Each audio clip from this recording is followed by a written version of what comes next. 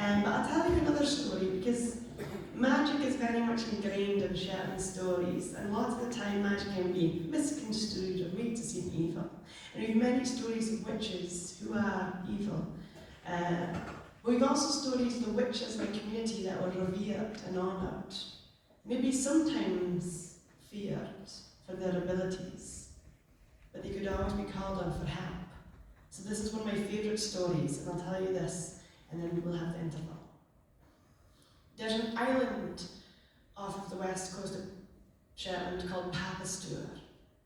And this story takes place back, I think, in the 1600s.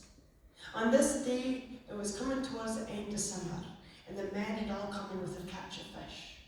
And they were gutting their fish on the beach, and then they were laying the gutted fish on the great big stones to air dry them, to preserve them. And as they were working away, this great Spanish galleon sailed into the bay. And the men saw this ship and thought, oh, it'll be coming across, and maybe smaller boats will come along the shore and we can trade fish for their goods, or we'll give them fresh water and we'll trade with them. So they continued working away, but no boats were launched for the great Spanish galleon. It just sat there as the sun began to set. So the fishermen thought, well, they're not coming to trade. That's fine. They just continued their work. And there, as the sun was setting and it was getting darker, they were just finishing their work on the beach when they heard this pecking, this panting, and this splashing noise, getting louder and louder and louder. And just as it was getting completely dark, they saw a figure coming to the shore and coming up to them. Somebody had been swimming, and they ran to him to help him. It was an Englishman who'd come to warn them. This Englishman said, you have to help me, but you have to protect yourselves. And this Englishman explains that he had been a prisoner on that galleon. He said, that's no merchant vessel, that's a pirate ship. He said they had been on an English ship that had been overrun. Its goods had been stolen, most of the men had been killed, but he was taken as a prisoner to work on this galleon. So seeing land, he made his opportunity, he drove off the ship and he swam to the island. And then he warned the Papastur fishermen. He said, those pirates are planning tonight, once you go to sleep, to come on land and to raid this island. You have to fight back. No, the Papastur men were worried, for they were crofters and fishermen. They didn't have weapons to fight off the pirates. And they could leave in their boats that moment and save the people, but they'd leave their livestock, their harvests back on land to be ruined and destroyed by the pirates. They had to do something. So the folk of Papastur all met in the largest house to discuss what they could do. And when they tried to come up with an idea and everything seemed hopeless, there was a suggestion to call upon the help of Minnie Baba.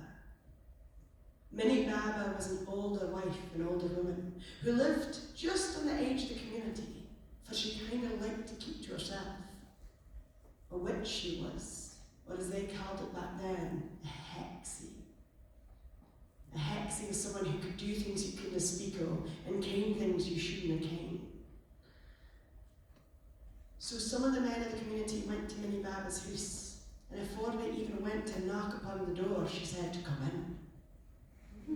They walked into her house, and her house was simple, just a fire in the middle of the dirt floor with Minnie Baba sitting over it, the flames glinting upon her knee and on her eyes. And before the men could even say a word, Minnie Baba said, so you've come for my help to fight this pirates? And the men just nodded, and Minnie Baba said, promise me, when it comes to killing time, with the calves out there, you give me the neck of the fattest oxen as payment for this job. And the man said, yes, Minnie Baba, will give you as much meat as you want if you get rid of this galleon. So Minnie Baba said to the men, she said, run you from house to everywhere in the island, and tell them to pull up their boats and tie them fast, to lash down their haystacks in the fields, and to take their animals they can inside. For the summer night is good to be won in winter. And then she said, you must lead me to a house with stairs. So the Papister men went from house to house, spreading the word of Minnie Baba, and everyone went and pulled their boats up and tied them up like they would on a winter's day.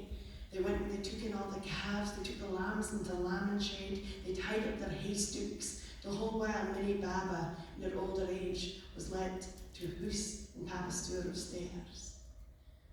The curiosity of most of the island got the better of themselves, and this house was packed full of people to see what Minnie Baba would do. So Minnie Baba was led in, she said, latch the door shut firmly, and the doors latched shut. And this house crowded, all the folk looking at Minnie Baba at the foot of the stairs. And Minnie Baba asked, she said, is everybody ready, and is everything tied down?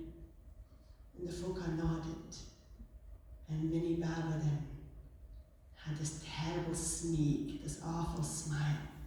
And she turned her back to everyone in the house. She hogged up her skirts, and she lifted her left foot and set it down there on the first step.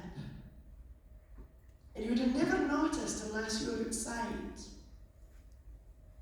But the faintest of breezes, a small squall of wind, rushed by on this fine summer night in the dark. Then she put her right foot on the second step, and this breeze continued. Then she put her left foot on the third step, and the plant started to slightly sway in the wind. And then she rose her right foot to fourth step. This breeze freshened, blowing over. The water began to stir.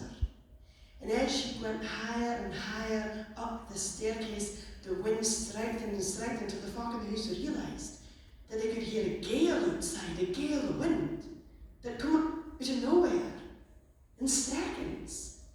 And as she got closer and closer to the landing, the wind started to shriek and howl like Tehran would in the heart of winter. And just as she's coming to the second last step, the whole house started to vibrate and shake as the storm outside was that powerful till she got to the landing, and the wind was screaming in folks' lugs so loudly that even in the house they had to cover their lugs for the sound. And they looked up in fear, folks screaming, come down, but they couldn't hear their own voices. All they saw was Minnie Baba at the top of the stairs, turning and sneaking down at them, the light through the lanterns below, glinting on her face with the force that was dancing as a whole house shook with this terrible storm on the summer's day. And just as folk began to get feared that the roof of the house would be ripped off, Minnie Baba took her first step down, and the hurling lessened. Another step down, and folk could remove their hands from their lugs. Another step down, and the house stopped shaking. And as she made her way back down the stairs, the wind died with her movements till she stepped down there amongst the folk. And it was like there'd never been a storm at all. It was quiet. But they opened the door, and by noon, so far through the night, the first glints of sunlight were coming over the horizon to the east. And just by that first light, they could see the sea was terrible waves coming out, the white horses rushing inland. The evidence of the storm was still there. The sea hadn't quieted yet. So some of the younger Papister men ran to the bay where the pirate ship had been. And they never saw it. All that they found was bits of wood and sail. The left remains of the Spanish ship destroyed by Minnie Baba's storm.